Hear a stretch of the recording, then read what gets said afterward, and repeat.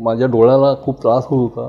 त्यामुळे माझ्या एका मित्राचा मी सल्ला घेतला आणि त्यांनी मला डॉक्टर म्हणजे कौशल्य हॉस्पिटलचं नाव सुचवलं, डॉक्टर प्रिया श्रीनिवासन. आणि त्यांनी मला म्हणजे जेव्हा मी आलो इकडे त्यांनी माझे डोळे तपासले आणि मला ऑपरेशनचा ॲडवाईस दिला. ऑपरेशनचं मी ठरवलं, म्हटलं इकडेच करायचं. आणि त्याच दिवशी माझ्या मित्राच्या बरोबर माझं पण ऑपरेशन झालं आणि मला म्हणजे जाणवलं पण नाही की माझं ऑपरेशन झालं आहे किंवा काय.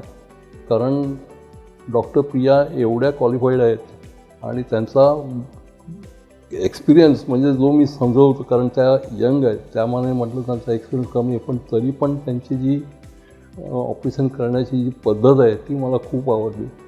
आणि त्यामुळे म्हटलं दुसऱ्या डोळ्याचं पण आपण लवकरच ऑपरेशन करूया. त्यामुळे डॉक्टरांचा मी ॲडवाईस घेतला. त्यांनी सांगितलं आपण सेकंड ऑपरेशन 10 दिवसांनी करूया. 10 दिवसानंतर मी सेकंड ऑपरेशनला आलो.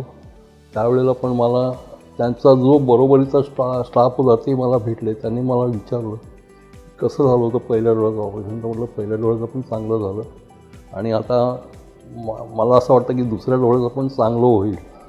आणि ऑपरेशन झाल्यानंतर मी त्यांना धन्यवाद दिले त्या स्टाफला. म्हटलं तुमच्यामुळे आणि डॉक्टर प्रियांमुळे माझं ऑपरेशन चांगलंच झालं आणि मला कळलं देखील नाही.